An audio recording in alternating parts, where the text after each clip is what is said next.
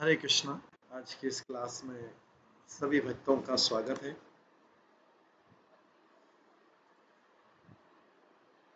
हम कीर्तन से स्टार्ट करेंगे।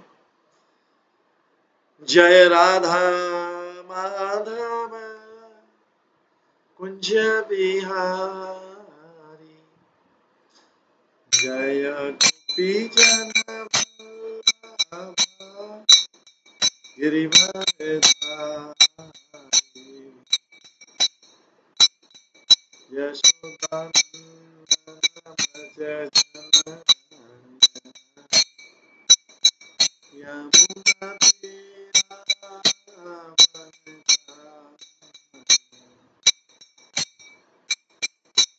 जय राधा कुंज बिहारी।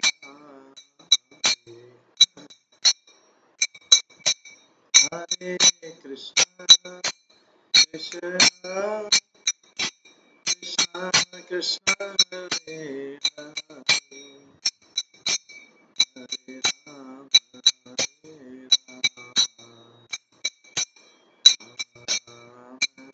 हरे, हरे कृष्ण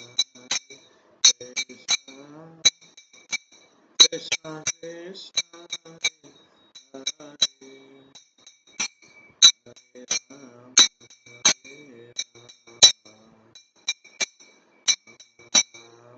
हरे हरे, हरे कृष्ण कृष्ण कृष्ण हरे हरे,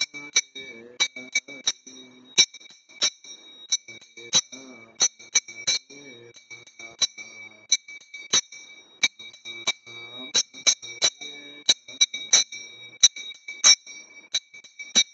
कृष्ण कृष्ण कृष्ण हरे हरे, हरे राम राम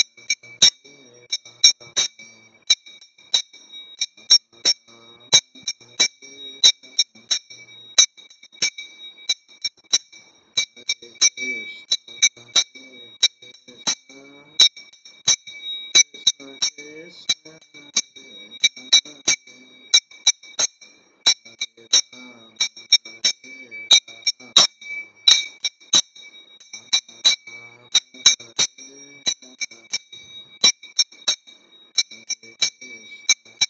हरे कृष्ण कृष्ण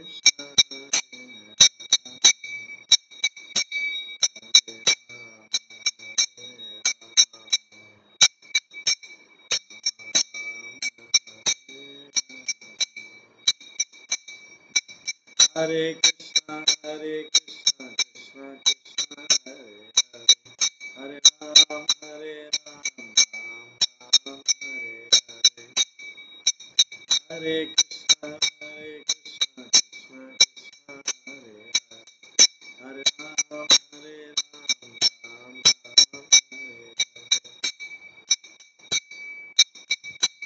जय राधा गोविंद राधा गोविंद राधे, जय राधा माधव राधा राधे, जय गौरनिताय जय गौरनिताय, गौरनिताय जय गौरनिताय, जय जय प्रभुपाद प्रभुपाद प्रभुपाद, जय जय प्रभुपाद, जय गौर हरि बोल, हरि बोल, हरि बोल, जय गौर हरि। श्री श्री राधा गोविंद देव की जय, श्री जगन्नाथ बलदेव सुभद्रा महारानी की जय, श्री श्री गौर निताय की जय, श्री प्रभुपाद की जय, सभी भक्तगणों की जय। हरे कृष्ण।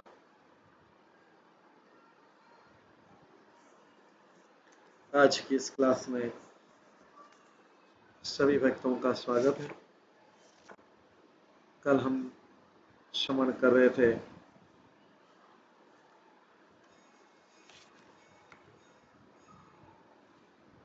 गर्ग संहिता के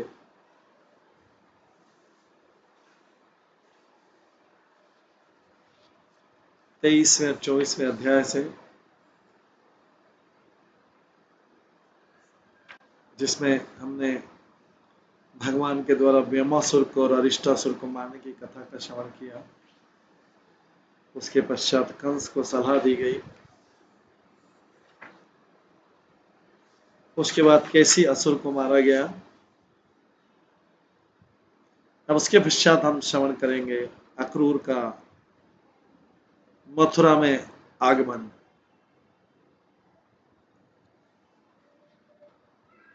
अक्रूर का वृंदावन में आगमन। अक्रूर को कंस ने भेजा था वृंदावन में।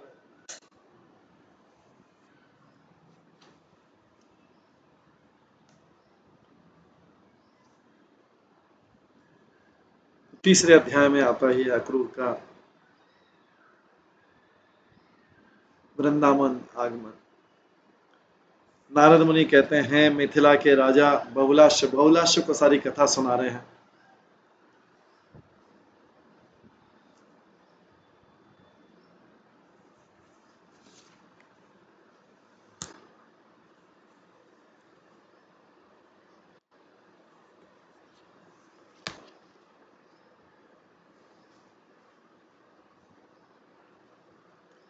नारद मुनि कहते हैं बहुलाश कंस का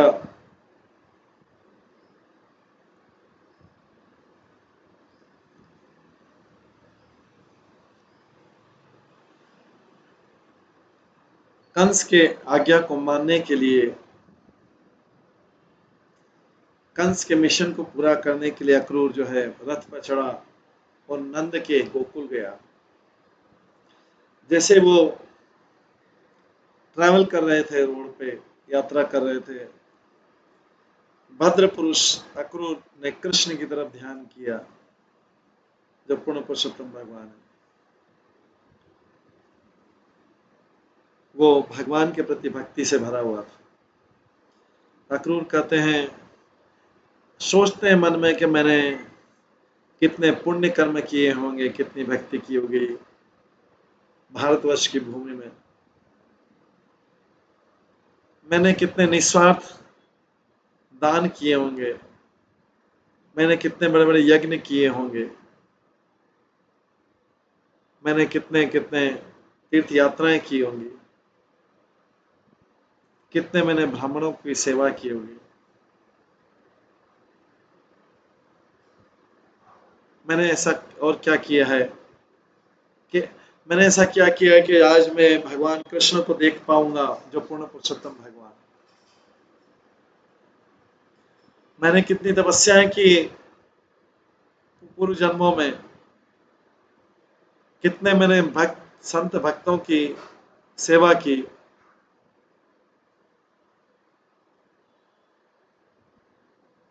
आज मैंने क्या किया कि मैं कृष्ण को दर्शन कर पाऊंगा जिनका दर्शन करना इतना मुश्किल है।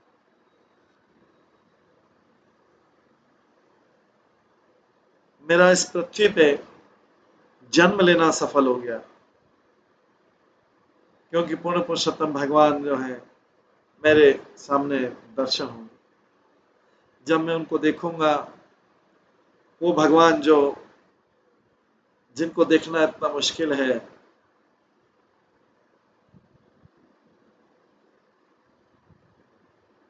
मेरे जीवन में सफलता प्राप्त हो जाएगी। नारद मुनि कहते हैं इस प्रकार कृष्ण के बारे में सोच के और बहुत शुभ लक्षण देख के सूर्यास्त के समय अक्रूर जो है गोकुल में प्रवेश कर। अक्रूर ने गोकुल में प्रवेश किया। धूल में डस्ट, जब चारों तरफ धूल उड़ रही थी, उसने भगवान कृष्ण के पद चिन्ह देखे जिसपे भगवान कृष्ण के पद चिन्हों में जो अंकुश कुमकुम का पाउडर और दूसरे जो चिन्ह थे,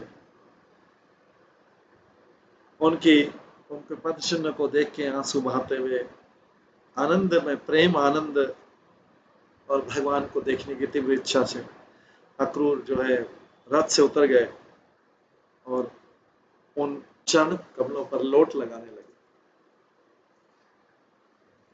हे मिथिला के राजा,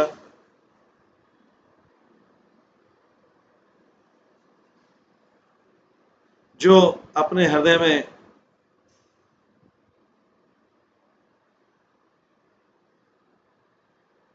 कृष्ण के प्रति प्रेम करते हैं, वो इस जगत की सारी प्रसन्नता को एवं ब्रह्मा की प्रसन्नता को भी एक घास के मुट्ठी के समान समझते हैं। अपने रथ पर सवार होके एक क्षण में अक्रूर जो है नंद के गांव में प्रवेश कर गए और देखा कृष्ण बलराम उनकी तरफ आ रहे हैं। रास्ते पे इन दोनों को आते देखकर, दोनों जो महान पुरुषों को आते देखकर उन्होंने देखा कि उनकी आंखें कमल के समान हैं। उनका दोनों का, उसमें एक का रंग गौर वर्ण है, दूसरे का श्याम वर्ण है। जिस प्रकार से एक सेफायर का फ्लैग और एक डायमंड का माउंटेन, वे मुकुट पहने थे जैसे उगता सूर्य, उनके वस्त्र जो थे बिजली और बादल के समान। अक्रूर प्रेम से भरकर अपने रथ से उतरा और उनके सामने प्रणाम किया और उनको प्रणाम किया। अक्रूर के मुखमंडल पर देखकर और उनकी आंखों में आंसू देखकर, उनके बाल खड़े देखकर आनंद से भगवान कृष्ण जो है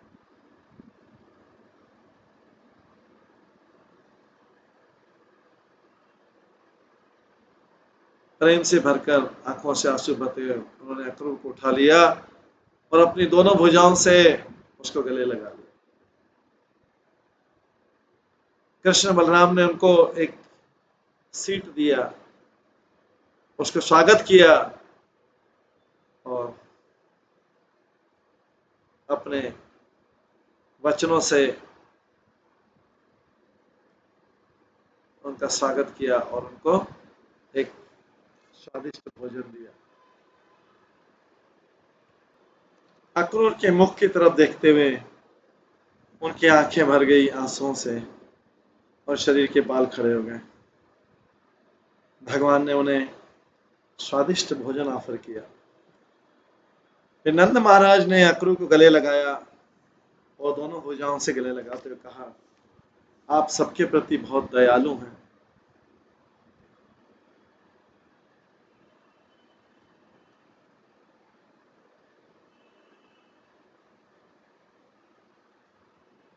आप कंस के राज्य में कैसे रह रहे हैं?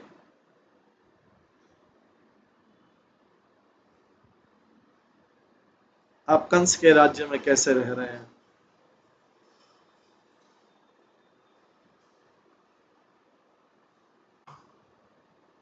उस कंस के राज्य में रह रहे हैं जिन्होंने अपने बहन के पुत्र को वध किया। नारद मुनि कहते हैं, जब नंद महाराज चले गए,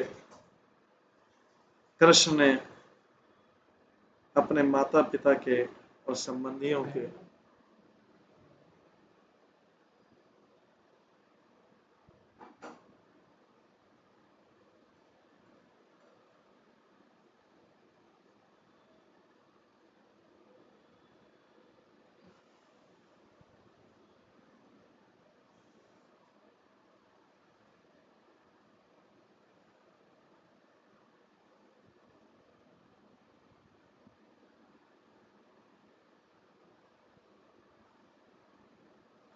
उस कंस के राज्य में कैसे रह रहे हैं जिसने अपनी ही बहन के बच्चों को वध किया था।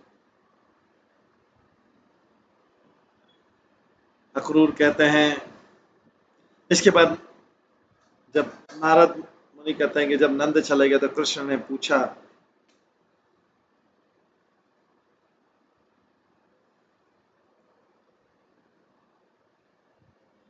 वसुदेव के बारे में पूछा, उनके पिता वसुदेव के बारे में पूछा, उनके संबंधियों के बारे में पूछा, यदुवंशियों के बारे में पूछा और कंस के जो दुष्ट कार्य उसके बारे में पूछा।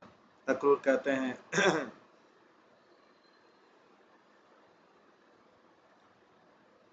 कल से पहले कंस अपने हाथ में तलवार लिए वसुदेव को मारने वाला था।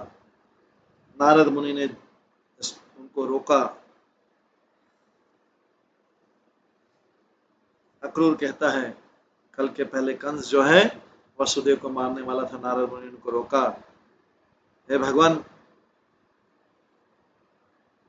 आपके जो संबंधी हैं वे अप्रसन्न और कंस से भयभीत रह के अपने परिवारों को छोड़कर दूसरे देशों में चले गए।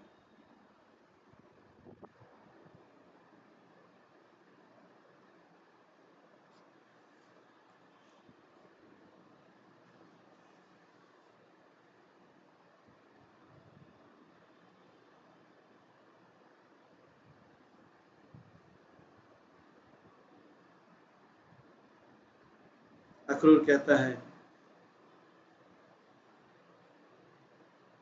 अब जो है वो कंस जो है शक्तिशाली कंस यादवों को मारना चाहता है, देवताओं को जीतना चाहता है और इस पृथ्वी पर और भी अत्याचार करना चाहता है। इसलिए इन दोनों कृष्ण बलरामों को वहां पर जाना चाहिए और वहां पर अपने भक्तों के प्रति नित्य मंगलता लाना चाहिए। है मेरे भगवान, आपके अलावा कौन वहां पर ऑस्पिशियसनेस या मंगलता ला सकता है आपके भक्तों के प्रति। ये अक्रूर जो है अकेले में कृष्ण से बात करे। नारद मुनि कहते हैं इस प्रकार अक्रूर के शब्द सुनकर और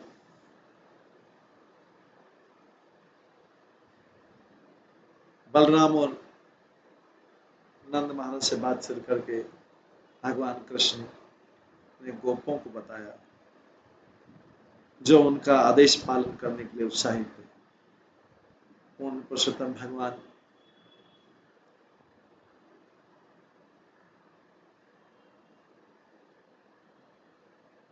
कहते हैं नंद महाराज, बलराम जो 9 नंद और उपनंद हैं, वो 6 वर्ष भानु और सारी जो युवा गोपियां हैं कल जल्दी उठेंगे और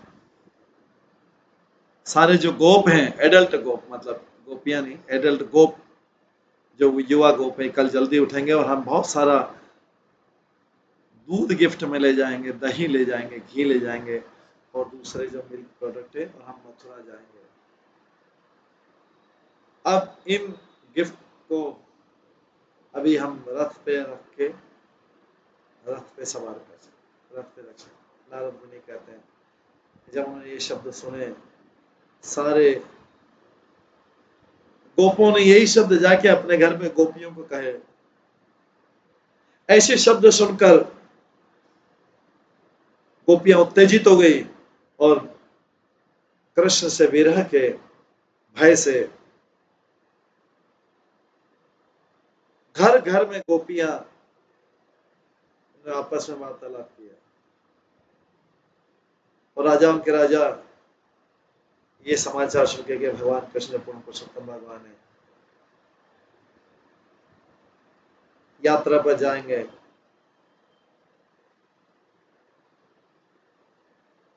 ये चीज वृषभानु राजा के उधर भी प्रवेश किया। जब राजसभा में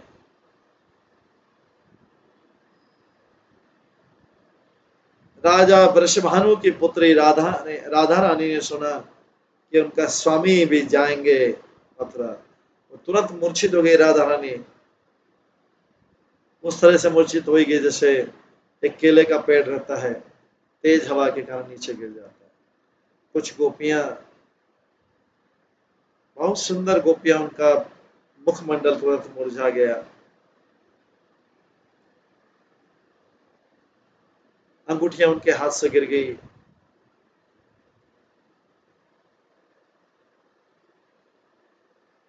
मुरझाई हुई उंगलियों से।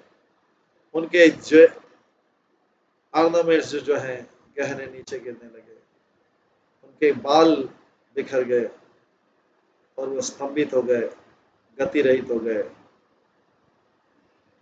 ऐसा लगने लगा वो स्वयं पिक्चर। कुछ गोपियां बहुत उदास हो गई अपने घर में। उन्होंने आवाज दी, ओ श्री कृष्ण, ओ गोविंद, ओ हरि, ओ मुरारी। उन्होंने अपना सारा घर का काम काज छोड़ दिया और योगी के समान समाधि में बैठ गए। हे राजा, कुछ ने मिलके वार्तालाप किया आपस में। उनके गले जो भरा है,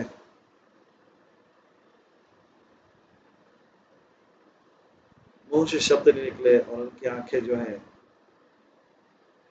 आंसुओं से की धारा से भर गई। गोपियां कहती है, बड़े बड़े दार्शनिक भी जो होते हैं, वो जो कि माया से मुक्त होते हैं, वो भी वर्णन नहीं कर सकते हैं भगवान कृष्ण के अद्भुत लीला, या उनके ऊपर उनके हृदय में ध्यान कर सकते। बड़े बड़े देवता लोग भी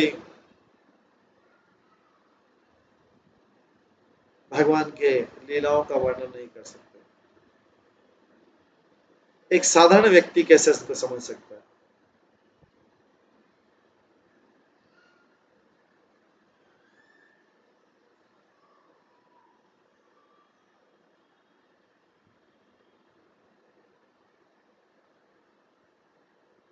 हमारे तरफ पीट करके और हमें प्रेम के शब्द बोल के उसने हमारे साथ राज डांस किया था, अभी वो हमें छोड़ने जा रहा है। ओ, अगर वो हमारे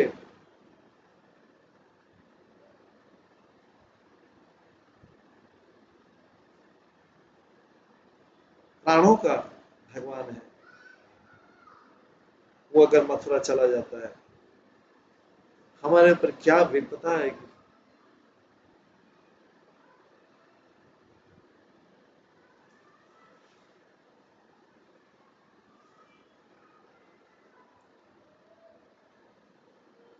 इसके बाद इसी खंड का जो मथुरा खंड, इसका चौथा अध्याय होता है। अभी मथुरा की तरफ यात्रा शुरू हो गई। नारद मुनि कहते हैं, गोपियों का जो नाराजगी है उसके बारे में सचेत होते हुए जिन्होंने ये शब्द कहे, पूर्ण पुरुषोत्तम भगवान तुरंत उनके घर गए, अपने आप को कई रूपों में विस्तार करके, जितने गोपियां थे उतने रूपों में विस्तार करके भगवान कृष्ण हर गोपी को इंडिविजुअली इंस्ट्रक्शन दिया और फिर राधा रानी के घर गए और राधा रानी को अचेतन अवस्था में देखकर एकांत में और उनकी मित्रों की संगत में भगवान कृष्ण ने बहुत सुंदर गीत गाया अपनी बांसुरी से। जब राधा रानी ने वो सुंदर म्यूजिक सुना, राधा फिर से चेतन हो गई, जाग गई। उत्तेजित होकर उन्होंने अपनी आंखें खोली और देखा कि कृष्ण आए हुए हैं। फिर उन्होंने कृष्ण के ऊपर दृष्टि डाली, जैसे एक कमल का पुष्प जो है सूर्य की तरफ दृष्टि डालता है।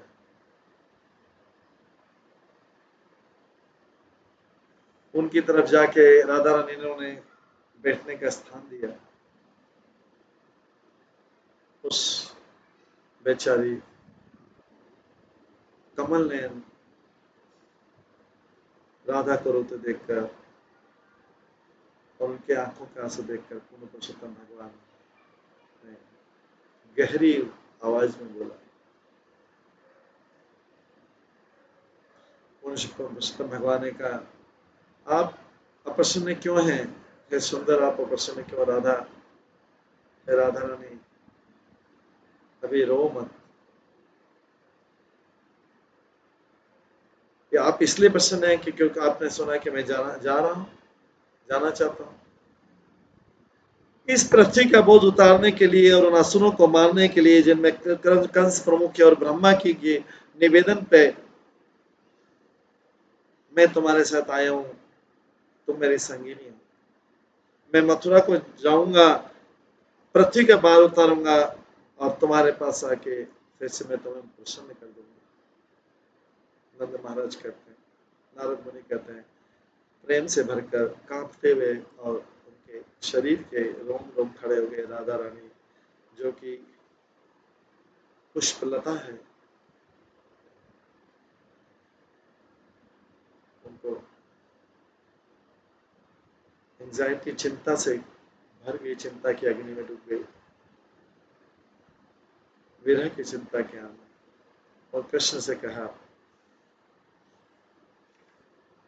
राधा कहती,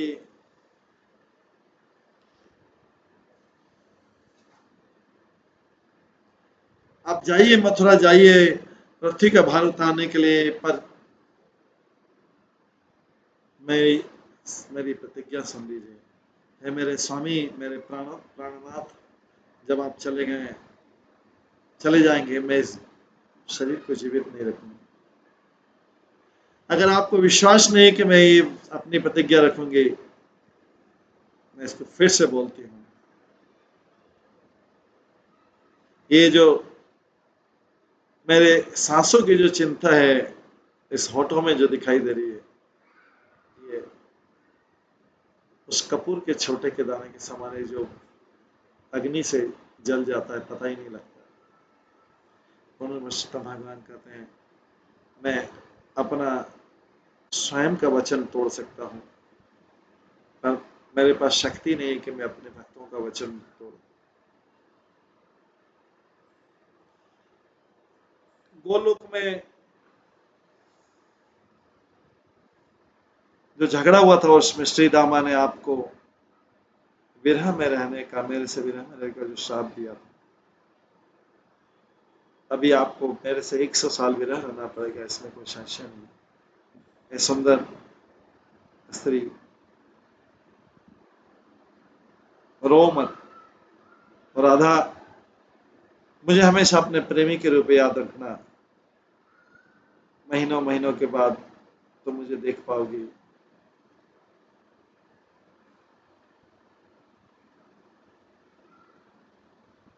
हालांकि हम दोनों का विरह हो गया। राधा कहती, अगर आप हर महीने नहीं आते हैं मेरे को देखने के लिए, मैं दुख प्रकट करूंगी और अपना जीवन त्याग दूंगी। वो इस जगत की प्रसन्नता, वो लोगों का आभूषण, वो ब्रह्मांड के दीपक, हे युवा, कामदेव से भी सुंदर युवा, हे भगवान जो इस जगत का दुख दूर करता है,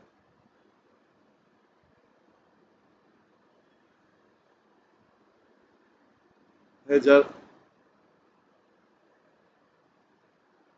हे वृक्ष की जड़ जहां से सारा आनंद फलता फूलता है,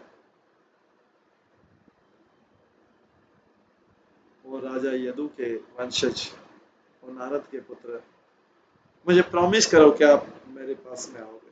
पूर्ण पुरुषोत्तम भगवान कहते हैं, हे केले के वृक्ष जैसी जंघा वाली सुंदर राधा रानी, मैं जरूर आऊंगा। मैं प्रतिज्ञा करता हूँ सारे गायों पर, हे राधा रानी, ये विश्वास करो कि मेरे शब्द जो हैं झूठ नहीं है। एक निस्वार्थ और सिंसियर मित्र जो है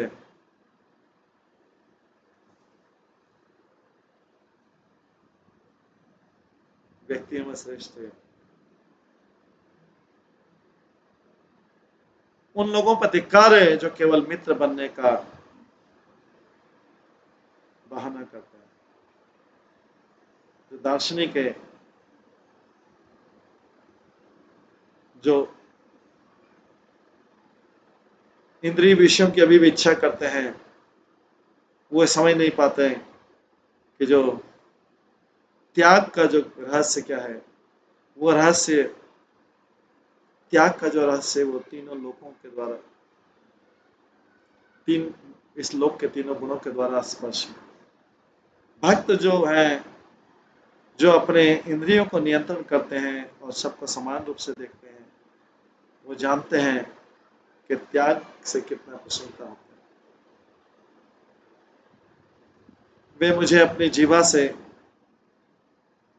आस्वादित करते हैं और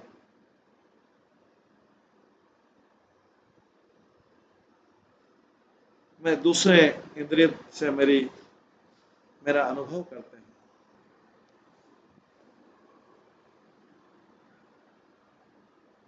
और हे राधा रानी, वे सब लोग जो संत स्वभाव के भक्त हैं, वे सब लोग अपने हृदय से मुझे प्रेम करते हैं। सारे जीवों को मुझसे प्रेम करना चाहिए। इस संसार में मेरे प्रेम के बराबर कोई चीज नहीं। राधा रानी, जैसा कि पहले भी हो चुका है,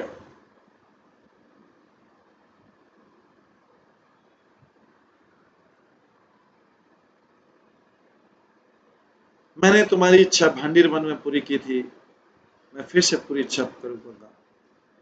जो संत भक्त होते हैं, वे मुझे निस्वार्थ रूप से प्रेम करते हैं।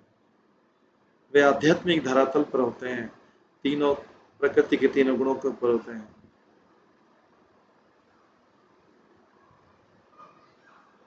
जैसे दूध को उसके श्वेतता के गुण से, सफेदता के गुण से अलग नहीं किया जा सकता, राधा रानी, मुझ में और आप पे कोई अंतर नहीं है।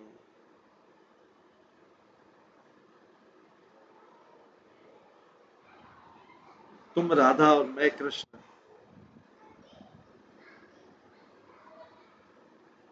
निस्वार्थ।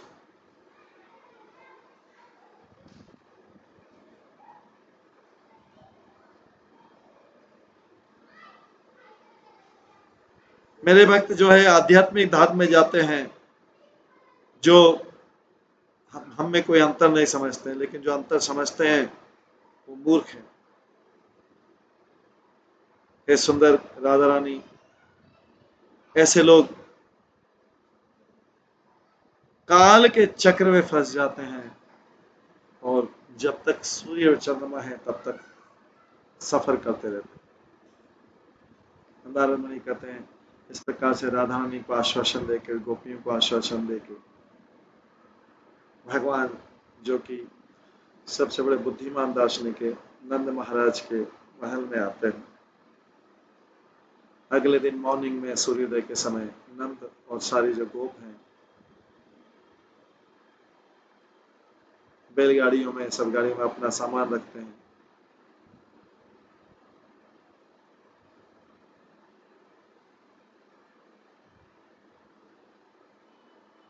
रथों में, गाड़ियों में सवार होकर मथुरा जाते। नारद मुनि कहते हैं, हे राजा, अक्रूर इस प्रकार से रथ पर चढ़ा कृष्ण के साथ में, बलराम भी उनके साथ मथुरा गए। नाराज और भ्रमित गोपियां, करोड़ों करोड़ों गोपियां उनके हर रास्ते पे खड़ी हो गई और भगवान के डिपार्चर को देख रही हैं। ओ क्रूर, ओ क्रूर, इस तरह से जोर जोर से अक्रूर पे चिल्ला रहे हैं, जोर से। जिस प्रकार से बादल सूर्य देवता का रथ को ब्लॉक करते हुए दिखाई देते हैं, उसी प्रकार से गोपियों ने हर रास्ते पर उनपे रुकावट डाली। भगवान से अपना आसन्न विग्रह देखकर गोपियों ने छड़ियों से अक्रूर के रथ को जोर जोर से मार रहे हैं, उनके घोड़ों को मार रही है, उनके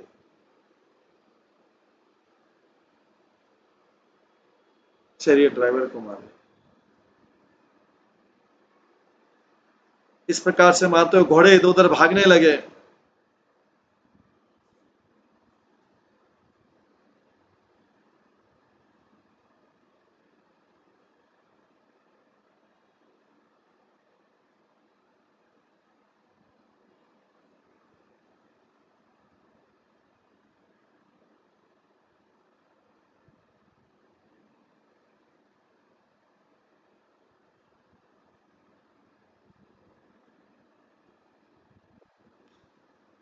गोपियों के इस प्रकार से जब गोपियों ने अपने मारने लगे उनको, जोर जोर से गोपियां घोड़ों को, घोड़े इधर उधर करने लगे, और जो रथ का ड्राइवर था, चलाने वाला, वो गिर गया नीचे।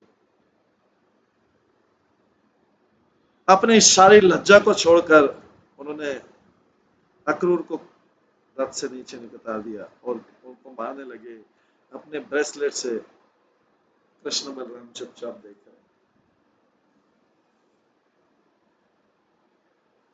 ये देखिए कि गोपियां कितनी स्ट्रांग हैं, कितनी बलशाली हैं। भगवान कृष्ण बलराम अक्रूर के लिए बचाने गए और उनको रक्षा की।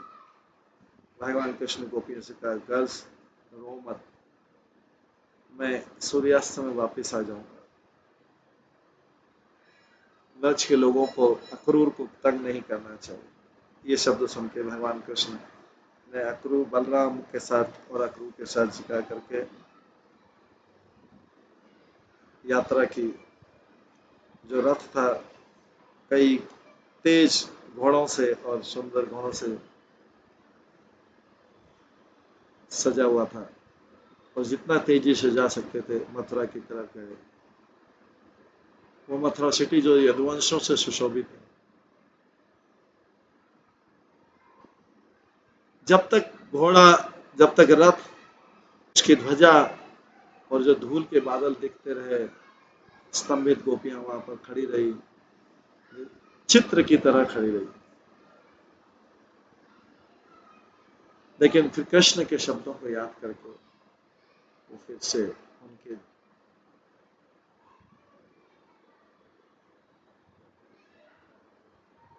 जीवन में आशा जगी।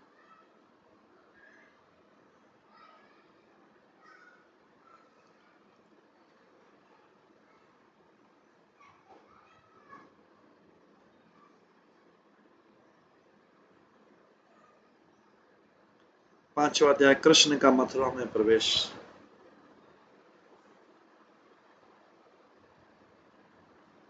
नारद मुनि राजा बहुलाश से कहते हैं,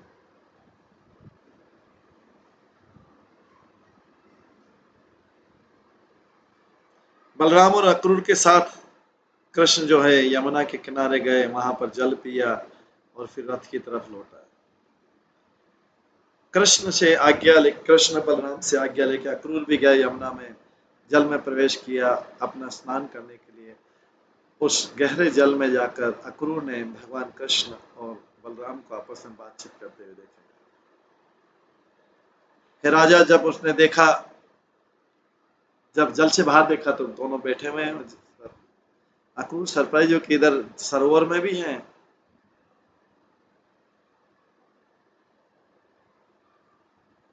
यमुना में भी हैं, और उधर भी रथ में बैठे।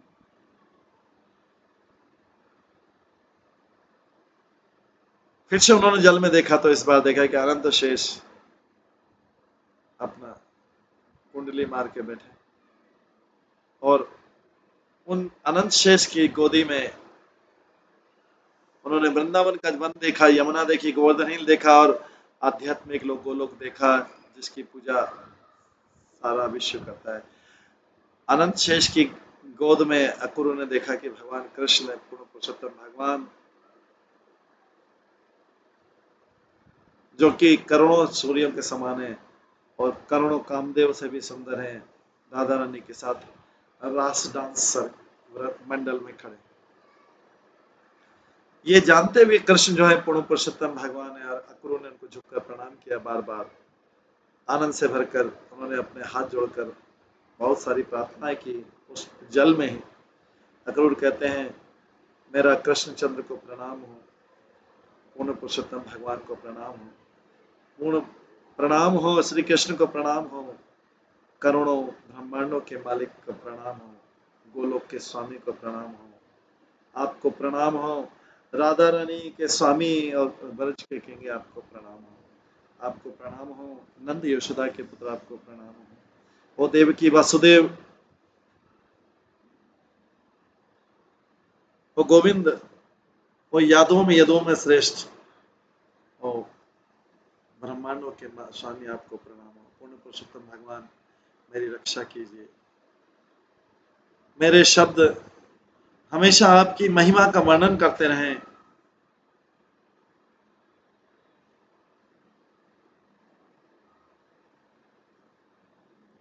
मेरे कान हमेशा आपका वर्णन सुनते रहें। मेरी भुजाएं हमेशा आपके लिए काम करती रहें। मेरा मन हमेशा आपके चरण कमलों के बारे में सोचता रहे। मेरी आंखें हमेशा आपके आध्यात्मिक रूप को देखती हैं, आपके इस आध्यात्मिक रूप को देखती हैं। नारद मुनि कहते हैं, जब आश्चर्यचकित अक्रूर ये शब्द सब प्रार्थना कर रहा था, तो पूर्ण पुरुषोत्तम भगवान अपने आध्यात्मिक, उन्होंने अपनी रेगुलर ड्यूटी की और अभी कृष्ण की दिव्यता का अनुभव कर आश्चर्यचकित अक्रूर रथ की तरफ लौट आए।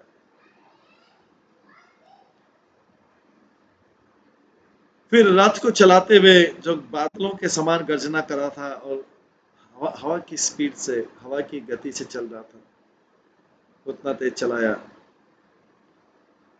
और दिन के अंत में अक्रूर कृष्ण बलराम को मथुरा के बाहर एक गार्डन में ले आए।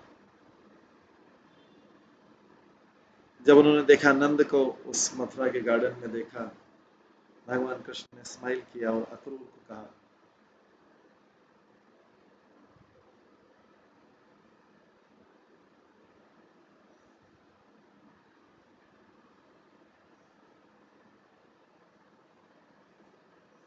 आकाश की गर्जना के समान शब्दों से कहा। पूर्ण पुरुषोत्तम भगवान कहते हैं, हम्बल अक्रूर, हे विनम्र अक्रूर, इस रथ को मथुरा के अंदर ले चलो। गोपों के साथ में मैं सिटी में देर से जाऊंगा। अक्रूर कहते हैं, हे देवताओं के स्वामी, हे ब्रह्मांड के स्वामी, हे गोविंद, हे पूर्ण पुरुषोत्तम भगवान,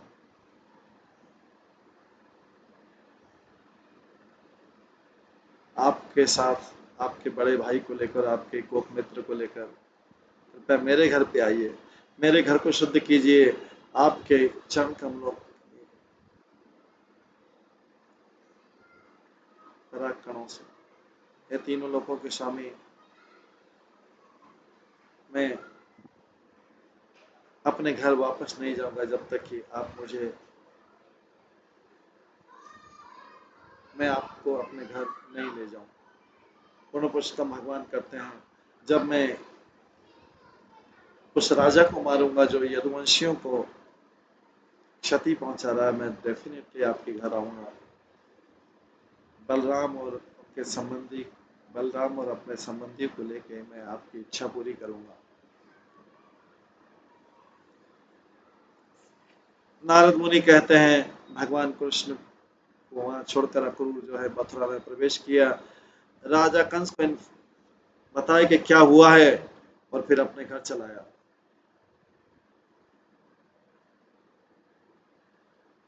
ये देखकर कि कृष्ण बलराम और जो ये सब गोप ग्वाल बाल हैं वो मथुरा को देखने को उत्सुक है। नंद ने उनसे कृष्ण बलराम से ये शब्द कहे, देखो शहर में घूम आओ और फिर जल्दी से वापस आ जाना। ये समझ लो कि ये गोकुल नहीं है, ये कंस का राज्य है, कंस का भयभीत करने वाला राज्य। ऐसा कर कर और बलराम के साथ में जो गोप ग्वाल बाल थे और कुछ एडल्ट गोप थे जो नंद महाराज के द्वारा भेजे गए थे, उनके सबके साथ में लेके भगवान कृष्ण ने मथुरा में प्रवेश किया, जो बड़ी बड़ी दीवारों से घिरे हुए थे और स्वर्ण और जवाहरात से भरे हुए थे और उन महलों से भरे हुए थे जो आकाश को छू रहे थे। वो ऐसा सिटी लग रहा था जैसे स्वर्गलोक का सिटी हो, और सुंदर स्त्री और पुरुषों से भरा हुआ था और आभूषणों से भरा हुआ था। सीढ़ियां यमुना के तरंगों की तरफ जा रही थी। जब उन्होंने बड़े बड़े महलों को देखा, धनी और मथुरा के ऐश्वर्य को देखा, कृष्ण और गोप जो है राजा कंस का जो वाला रोड था, राजमार्ग था, उस पर चलने लगे। ये सुन के वसुदेव के पुत्र आए हैं, जो विद्वान स्त्रियां थी मथुरा की, उन्होंने अपने बच्चों को छोड़कर अपने सारे घर के काम को छोड़कर उनको धोने के लिए देखने के लिए भागी, जैसे नदियां समुद्र की तरफ भागी।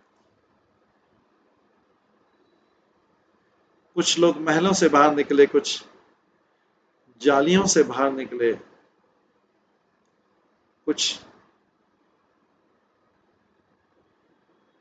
दीवारों के ऊपर चढ़े, कुछ पर्दों के पीछे से निकले, कुछ विंडो से देखने लगे, कुछ लोग डोरवे से देखने लगे और कुछ लोग अपने आंगन से देखने लगे। ये मथुरा की स्त्रियां भगवान कृष्ण का दर्शन करने के लिए भागी। हे राजा, जब उन्होंने भगवान कृष्ण को देखा जो करोड़ों ब्रह्मांडों के स्वामी हैं, उनका फेस जो है कर्ली हेयर से ढक रहा था और एक सुंदर मुकुट जो है और पीतांबर पहने हुए उनके आसपास उनकी कमर और उनके शोल्डर में जैसे एक काला बादल रहता है बिजली के साथ में, और गले में वैजयंती माला पहने हुए और उनके हाथों में कमल लिए हुए और कानों में मकर आकृति के कुंडल पहने हुए, गोल्डन आर्मलेट्स पहने हुए, और जिस प्रकार से सूर्योदय का शानदार ऐश्वर्य रहता है, अब उनके हृदय को चुराते हुए जब वो चलने लगे, सारी मथुरा की स्त्रियां उनके प्रेम में डूब गई। मथुरा की स्त्री ने कहा है, सारे गोप जो हैं इस सुंदर वृंदावन में बहुत भाग्यशाली हैं। वृंदावन के गोप कितने भाग्यशाली कि वो सदा इनका दर्शन करते रहते हैं, इस हैंडसम पर्सन। गोपियां वहां की कितनी भाग्यशाली हैं, उन्होंने कितने पुण्य कार्य किए होंगे कि रास लीला में बारंबार वो भगवान कृष्ण के होठों का अमृत पी सकी। नारद मुनि कहते हैं, गोपों को प्रसन्न करने के लिए भगवान कृष्ण ने वाशर में जो धोबी था उसको शब्द बोले, और जो कलर करने वाला था कपड़ों पे उसको शब्द बोले। वो तेजी से राजमार्ग पे कंस की तरफ जा रहा था। उन्होंने बोला, है भद्र पुरुष, हमको इनमें से कुछ सुंदर वस्त्र दे दो। अगर हमको दे दोगे तो आप हमसे बहुत सुंदर उपहार पाओगे, इसमें कोई संशय नहीं है। भगवान कृष्ण के शब्दों से क्रोधित होके, जिस प्रकार से अग्नि में घी डालने से अग्नि और बढ़ जाती है, जो वाशरमैन था तो भी था, जो एक बहुत बड़ा असुर था, कंस का सेवक था, उन्होंने भगवान कृष्ण से मार्ग में मध्य में बोला। वाशरमैन कहता है, और कोपिन पहनने वाले, क्या तुम्हारे दादा ने, तुम्हारे पिता ने और तुम्हारे दादा ने इस प्रकार के कपड़े पहने? वो असभ्य पुरुष जो जंगलों में रहते हैं, अगर तुम्हें अपने जीवन का कीमत पता है तो तुरंत भाग जाओ इससे किस। अगर तुम जाओगे नहीं, मुझे तुम्हें जेल में रखना पड़ेगा मेरे कपड़े चुराने। नारद मुनि कहते हैं, जैसे ही उन्होंने ये शब्द बोला, अपने हाथों के भगवान कृष्ण ने उस वाशरमैन का गला काट दिया। मिथिला के राजा, एक ज्योति उनके शरीर से निकली, धोबी के शरीर से, वाशरमैन के डेड बॉडी से, और भगवान कृष्ण में शरीर में प्रवेश कर गया। एक ही समय में जो वाशरमैन जो था, धोबी था, उसके जो असिस्टेंट थे सारे कपड़े में ही फेंक के चारों दिशाओं में भागे। जिस प्रकार के मानसून क्लाउड जाते हैं, भाग जाते हैं, शरद ऋतु के आने से मानसून क्लाउड, मानसून के बादल भाग जाते हैं। शांति से वहां खड़े रहकर कृष्ण बलराम ने उन कपड़ों में से जो उन्हें पसंद थे लिया।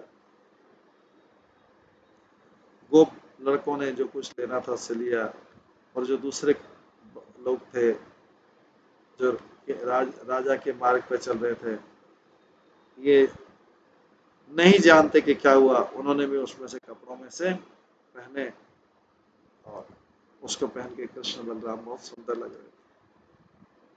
तब एक जुलाहे ने कृष्ण बलराम को देखा, और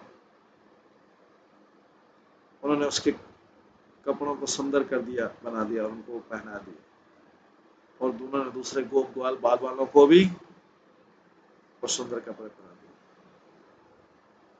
इस प्रकार भक्ति करके उन्होंने फिर से भगवान कृष्ण की तरफ देखा। उनसे प्रसन्न होकर भगवान कृष्ण ने उस जुलाहे को, विवर को, बुनकर को अपना आध्यात्मिक रूप दे दिया।